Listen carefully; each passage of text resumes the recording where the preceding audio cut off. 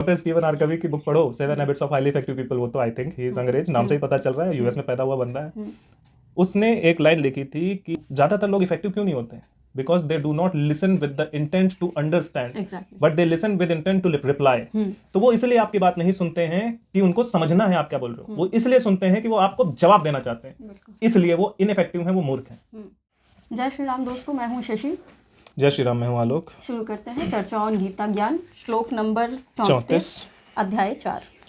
तद्विद्धि प्रणिपातेन परिप्रश्नेन सेवया उपदेक्ष्यन्ति ते ज्ञानम ज्ञानिनस्तत्त्वदर्शिनः। उस ज्ञान को तू तत्वदर्शी ज्ञानियों के पास जाकर समझ, उनको भली भांति दंडवत प्रणाम करने से, उनकी सेवा करने से और कपट छोड़कर सरलता पूर्वक प्रश्न करने से वे परमात्म तत्व को भली भांति जानने वाले ज्ञानी महात्मा तुझे उस तत्व का ज्ञान उपदेश करेंगे। तो पिछले श्लोक्स में आप देखें, पिछले वीडियोस देखें तो आपको पता चलेगा कि वहाँ पर इन्होंने बताया गया कि ज्ञान यज्ञ सर्वश्रेष्ठ है द्रव्य यज्ञ से। उसके बारे में आप पिछले वीडियोस में देख सकते हैं। उसके आगे बता रहे हैं कि वो जो ज्ञान है अब ज्ञान यज्ञ तो श्रेष्ठ है, पर ज्ञान यज्ञ करोगे कैसे, पता भी तो होना चाहिए ज्ञान क्या होता है। तो उस ज्ञान को तू तत्वदर्शी ज्ञानियों के पास जाकर समझ। तत्वदर्शी मतलब जो ईश्वर को तत्व से जानते हैं। ईश्वर को सिर्फ किसी नाम से नहीं जानते कि बस ये नाम भर ही ईश्वर है, ये नहीं जानते कि ये शरीर भर ही ईश्वर है, ये नहीं जानते कि ये मजहब ही ईश्वर है, ये नहीं मानते कि ये किताब ही ईश्वर है। वो तत्व से जानते हैं कि ईश्वर क्या है, ईश्वर क्या करने को बोल सकता है और ईश्वर क्या करने को नहीं बोल सकता है, ईश्वर क्या हमें चाहता है कि हम करें, ईश्वर क्या नहीं चाहता कि हम ना करें। ऐसे जो लोग होते हैं वो तत्वदर्शी होते हैं। भगवान कृष्ण ने अर्जुन को बोला कि तू ज्ञान को अगर जानना चाहता है तो उन तत्वदर्शियों के पास जा, ठीक, फिर उससे उनसे समझ। तो कैसे समझना है? अब जब तत्वदर्शी के पास जाके आप थप्पड़ मार के भाई बता मेरे को ज्ञान बता, वो तो ऐसे नहीं बताएगा। तो कैसे बताना है? क्योंकि आपको जो ज्ञान है वो बिना विनम्रता के नहीं आता। तो वो कहते हैं कि उनको नहीं, यहाँ पर एक मतलब और ये भी निकलता है ना कि आपके अंदर शीलता होनी चाहिए। वही समझ, आप क्वेश्चन करने के लिए नहीं जाओगे वहां पर, आप उनसे ज्ञान ग्रहण करने के लिए जाओ। लोग क्या होते हैं, क्वेश्चन करते हैं ये सोच के कि मुझे पता है इसका जवाब, क्वेश्चन कर लेता हूँ, ये बता ही नहीं पाएगा, ये सोच के अहंकार के साथ वो इसलिए जाते हैं कि मुझे पता है ये क्या बताएगा, और ये जब बताएगा तो मैं इसको बोलूंगा तू गलत बोल रहा है। मैं वही कह रही हूँ, अहंकार के साथ जाते हैं। तो वही चीज है। तो वो कह रहे हैं उन तत्वदर्शी ज्ञानियों के पास जाकर समझ। कैसे? उनको दंडवत प्रणाम, मतलब विनम्रता के बिना ज्ञान नहीं होता ना, तो उनको दंडवत प्रणाम करने से, उनकी सेवा करने से और कपट छोड़कर, कपट यही होता है कि जहां पर आप क्वेश्चन पूछ ही इसलिए रहे हो क्योंकि वो कोई ऐसा शब्द बोले जिसकी वजह से आप पकड़ के उसको गलत साबित करो। हाँ। उसका तत्व आपको नहीं समझना है। वो तत्वदर्शी है, वो तत्व की बात करेगा, लेकिन आप उसको नहीं समझना चाहते हो। तो जब आप उसको नहीं समझ रहे हो तो मतलब ये कपट है, आप समझना नहीं चाहते।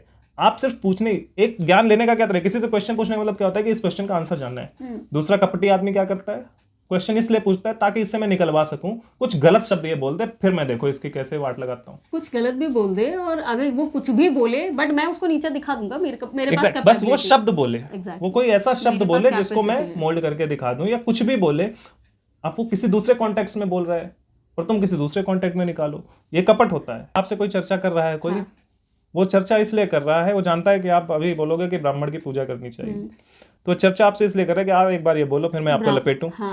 जैसे ही आप बोलोगे कि ब्राह्मण का हमेशा सम्मान करना चाहिए, उसकी पूजा करनी चाहिए, उसके सामने झुक के रहना चाहिए, वगैरह, देखा आ गया जातिवादी।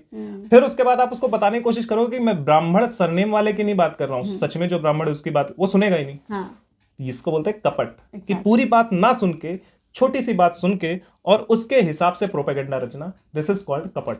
दूसरा कपट जो आज के समय में बहुत ज्यादा होता है।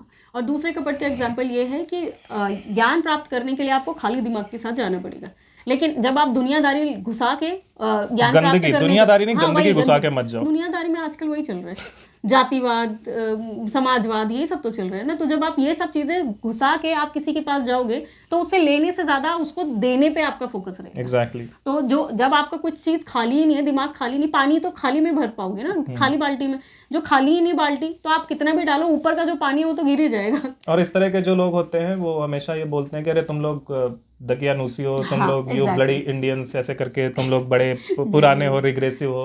उनके लिए मैं बताना चाहता हूँ, डॉक्टर स्टीवन आर कवी की बुक पढ़ो, 7 habits of highly effective people. वो तो आई थिंक ही इज अंग्रेज, नाम से ही पता चल रहा है, यूएस में पैदा हुआ बंदा है।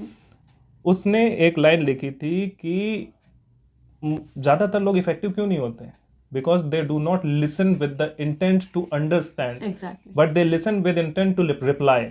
तो वो इसलिए आपकी बात नहीं सुनते हैं कि उनको समझना है आप क्या बोल रहे हो, वो इसलिए सुनते हैं कि वो आपको जवाब देना चाहते हैं, इसलिए वो इनफेक्टिव हैं, वो मूर्ख हैं। तो ये उस अंग्रेज ने लिखा था, राइट। तो ये उसको भी पता था, तो इसका इससे कोई लेना देना नहीं कि आप कहाँ हो। वो भगवत गीता में भी लिखा हो सकता है, किसी दूसरी बुक में भी लिखा हो सकता है, लेकिन आपको वो समझ इसलिए नहीं आ रहा है। क्यों? क्योंकि आपका थॉट प्रोसेस ही गलत है, क्योंकि आप कपट में हैं। जो कपट में रहता है वो इसलिए सुनता है ताकि वो उसका जवाब दे सके, लेकिन जो विनम्र होता है वो इसलिए सुनता है ताकि वो समझ सके कि ये बोल क्या रहा है। That is the difference. और इसीलिए हमने यहाँ पर कपट पे ज्यादा फोकस किया, क्योंकि जनरली आज के टाइम में कपटी ही है बस। तो और कपट जब तक खत्म नहीं होगा, अब जब तक आप शून्य जीरो होके यहाँ पर नहीं आओगे ज्ञान प्राप्ति करने के लिए, मतलब किसी के यहाँ भी, तो आप क्वेश्चन, आपके जो क्वेश्चन होंगे वो वैलिड होते हुए भी वैलिड नहीं होंगे, क्योंकि आप जवाब देने के इंटेंशन से वो उनसे क्वेश्चन करोगे, ना कि सुनने। एंड जवाब देने का मतलब क्या होता है? इंसल्ट करना। अहंकार के साथ आप इंसल्ट करने जा रहे हो। अगर आप सीखने जा रहे हो तो ही आपको ज्ञान मिलेगा। इसलिए वो उन्होंने ये चीजें बताई हैं कि प्रणाम करना चाहिए। प्रणाम का मतलब क्या है? प्रणाम करने का मतलब जरूरी नहीं कि आप प्रणाम ही करें, लेकिन विनम्रता के लिए है वो। यहाँ पर दंडवत प्रणाम का मतलब है समर्पण करना। समर्पण, क्योंकि जब आप झुक के पूरा, दंडवत क्या होता है? बिल्कुल झुक के प्रणाम करना। ये एक वो है, क्या बोलते हैं, एक इंडिकेशन है कि मैं समर्पण अपने आप को, ये उसको नहीं दिखाना है जिसके सामने आप दंडवत कर रहे हो। ये स्वयं महसूस करना है कि मैं इसके सामने बिल्कुल समर्पित हो गया हूँ, भाई जो ये कहेगा मैं वो मानूंगा। इसलिए दंडवत प्रणाम की बात करी गई है। उनकी सेवा करने से, सेवा जिससे आपको कुछ प्राप्त करना है उसकी सेवा करनी आवश्यक है। सेवा करोगे तो ये जो समर्पण की भावना है तब और बढ़ेगी। इससे भावना बढ़ती है। जब तक भावना नहीं बढ़ेगी तब तक आप उसको सीरियसली लोगे ही नहीं। तो उससे भावना बढ़ती है। कपट छोड़ने से, कपट तभी छूटेगा, कपट छूटेगा नहीं तो आप उसकी बात सुनोगे नहीं, समझने के लिए नहीं सुनोगे, जवाब देने के लिए सुनोगे। तो कपट छोड़ना आवश्यक है।